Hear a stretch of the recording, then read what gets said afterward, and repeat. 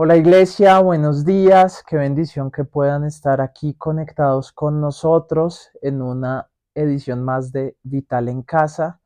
Este domingo vamos a seguir hablando y adentrándonos en lo que vimos el domingo pasado de la serie o de la prédica de Inquebrantables, que está basada en toda la serie que estamos haciendo sobre el libro de Hechos. Y un poco de introducción y para recordar, acuérdense que hablamos la semana pasada acerca de Bonhoeffer, que era ese pastor luterano que vivió en la Alemania durante la Segunda Guerra Mundial, durante todo el régimen. Era esa una época durante la cual la iglesia en Alemania se sometía al régimen, tenía que incluso cambiar.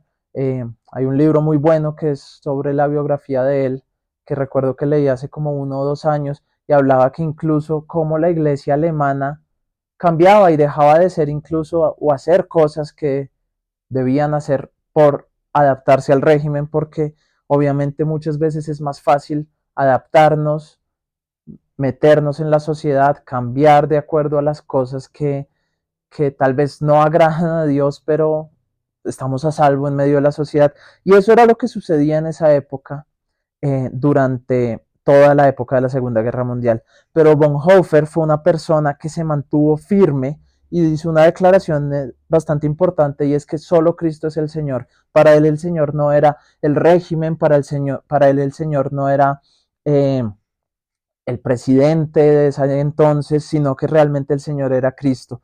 Y él fue arrestado durante esta Segunda Guerra Mundial y ejecutado a causa de su fe, porque él era diferente, él se mantenía firme, y en 1945 pues fue ejecutado. Pero antes de morir, él nos dejó una frase muy importante que vimos hace 8 días, y es que el discipulado es un llamado a venir y morir.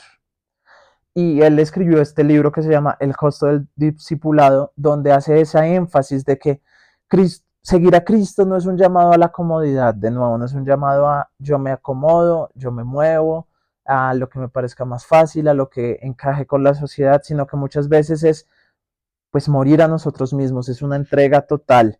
Eh, Bonhoeffer nos enseña que para él el verdadero discipulado implica renunciar a uno mismo, renunciar a nuestros deseos, renunciar a lo que queremos, sino que morir a nosotros, tomar esa cruz y seguir a Cristo. Eh, y es lo mismo que Jesús nos enseñó, podemos verlo en Lucas 9:23, que es eso, tomar la cruz y seguir a Cristo, morir a uno mismo.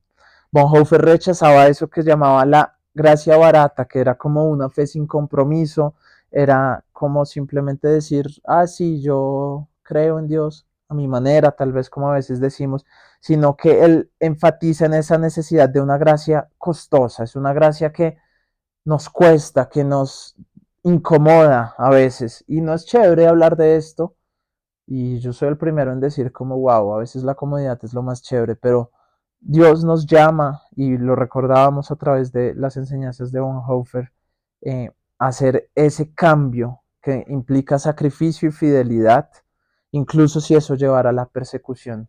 Ahí es donde nos empezamos a preguntar, ¿qué pasaría si nosotros fuéramos unos cristianos viviendo donde hay persecución en China, en Corea del Norte, en los países árabes y musulmanes? Empezamos a pensar eso. Pero la valentía de Bonhoeffer, que fue incluso capaz de morir y ser ejecutado por su fe, nos recuerda lo que estábamos leyendo en Hechos 4, y ahí es donde lo conectamos, que es esa valentía de Pedro y Juan, que enfrentaron a los líderes religiosos sin temor, tal como lo hizo Bonhoeffer con los alemanes de su época. Y acá es donde los invito a que nos adentremos un poco en Hechos 4, en, en esta ocasión del 1 al 22, pero comencemos por la parte del 1 al 7, y era lo que veíamos como siempre hay oposición cuando proclamamos a Cristo. En este pasaje están Pedro y Juan ante el consejo, y vemos como Pedro y Juan fueron arrestados por proclamar la resurrección de Jesús.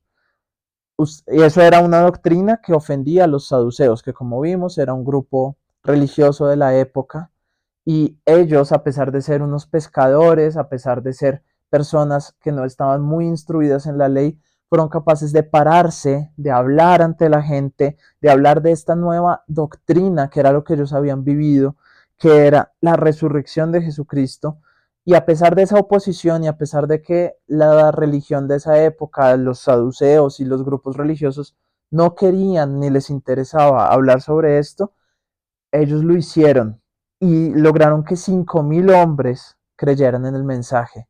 Javi nos hablaba que incluso la cuenta puede ser más, porque a veces cuando decían 5.000 hombres no se estaban contando a las mujeres y a los niños, pero si contamos esos pueden ser mucho más. Igual 5.000 es un número gigante, pero nos da cuenta de que ellos hablaban y proclamaban a Cristo. Y uno espera decir como, wow, yo estoy hablando y proclamando a Cristo, me va a ir muy bien,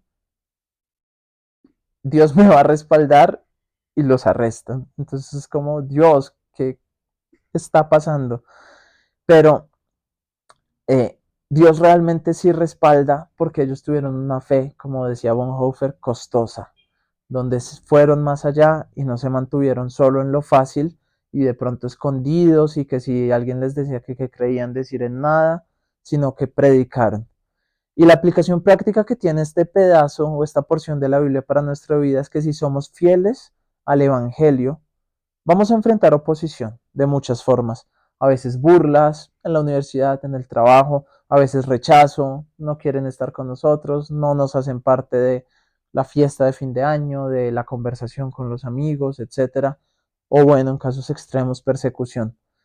Pero lo más importante de todo es que la palabra de Dios sigue transformando vidas. A pesar de que ellos estaban siendo perseguidos, lograron que 5.000 personas o aún más fueran transformadas, empezaran a creer en Jesucristo. Y la pregunta de reflexión es, ¿qué harías si compartir tu fe te costara tu reputación o incluso tu seguridad? Como lo que decía, si estuviéramos en un lugar que es prohibido. Pensemos qué haríamos. A veces yo digo, wow, ¿será que lograría estar en esta batalla de la fe? Es una cosa que lo deja pensando a uno. Pero pensando en esto precisamente está bueno que vayamos a la siguiente parte, que es Hechos del 4 del 8 al 12, y que acá nos enseña que somos inquebrantables en el poder del Espíritu Santo. Y acá es importante eso, entrar a ver al Espíritu Santo.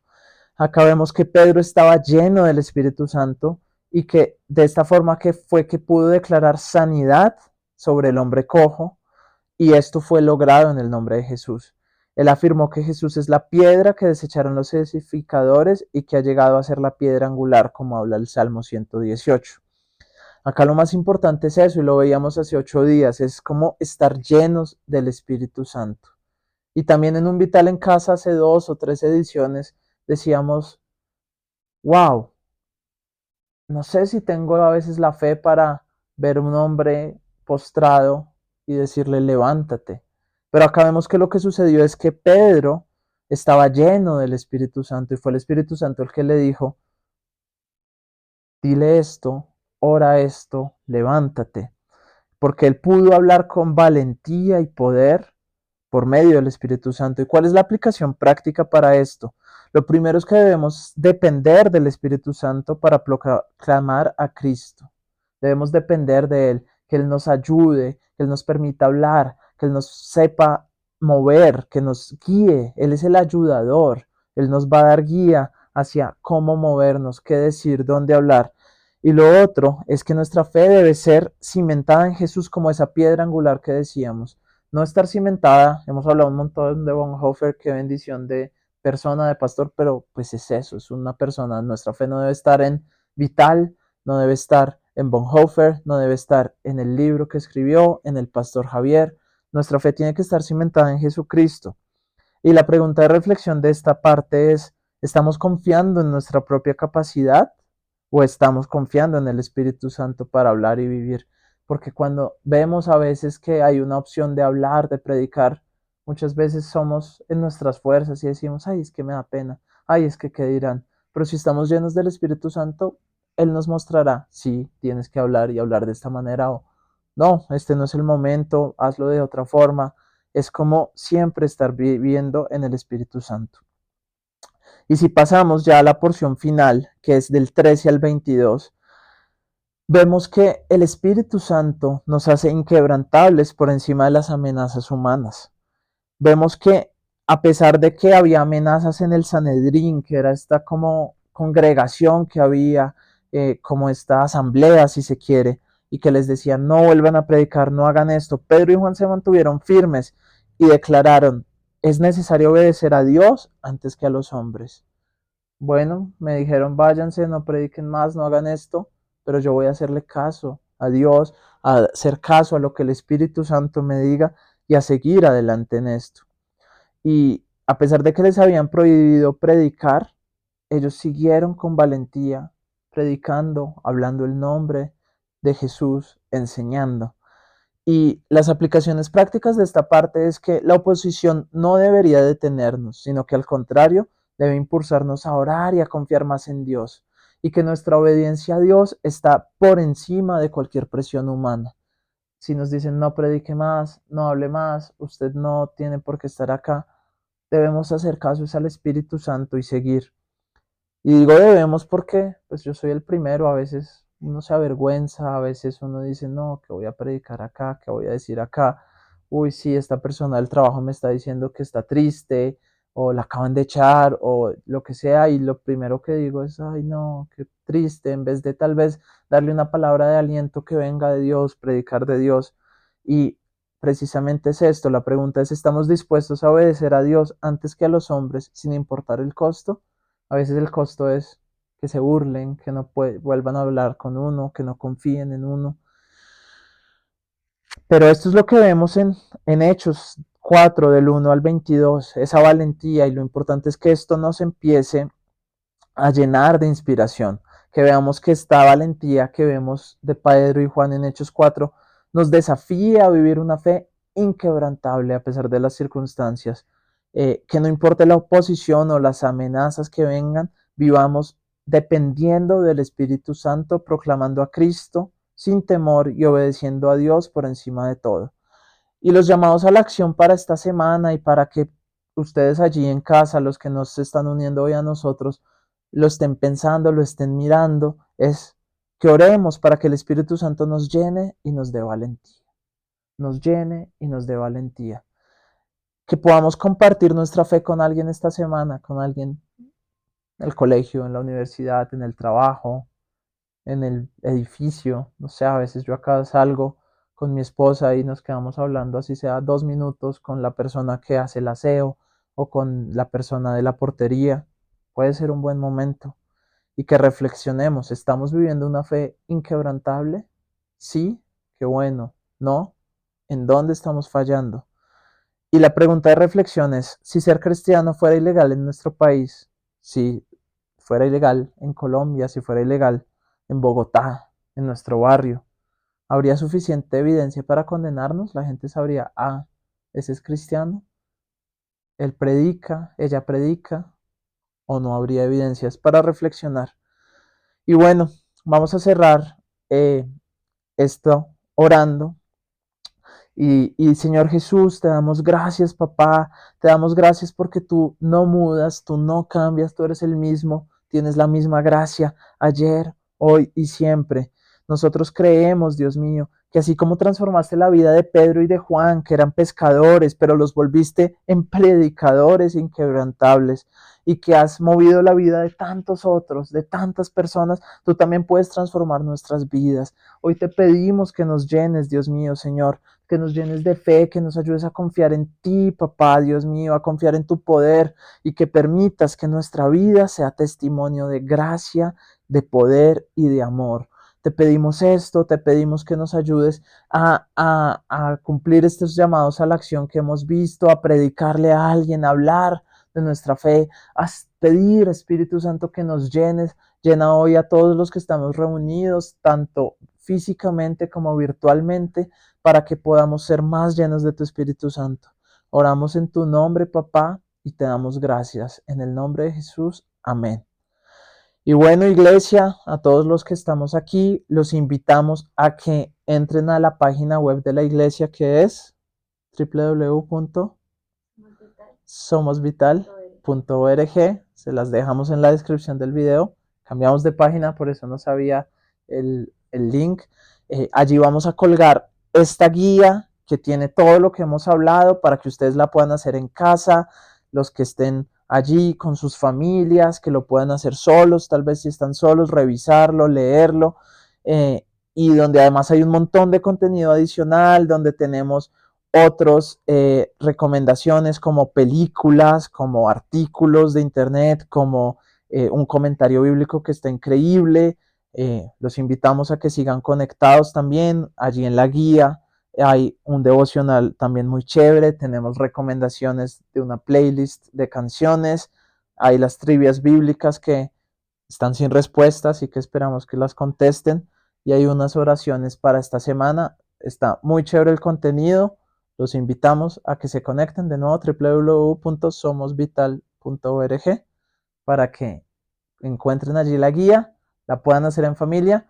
Y bueno, recordatorios finales. Recuerden que el próximo sábado 8 de marzo nos vamos a ver en donde siempre nos vemos, en la iglesia y enfrente de Boulevard Niza, para hacer nuestra gran actividad de intercambio. Eh, lo hemos denominado venta de garaje. En realidad no vamos a vender cosas, vamos a intercambiar. Los invitamos a que lleguen temprano, a que se conecten con la iglesia físicamente y podamos hacer este intercambio. Y también que inviten a toda la gente que quieran, a la gente que sean sus amigos, sus familiares. Pueden llegar a partir de las 3 de la tarde. Los vamos a estar esperando. Lleven algo y se llevarán seguro otra cosa. Es un intercambio de economía circular. Va a estar una nota. Y finalmente les recordamos que el próximo domingo 9 de marzo vamos a hacer nuestro primer servicio en la sede de Cafán Floresta.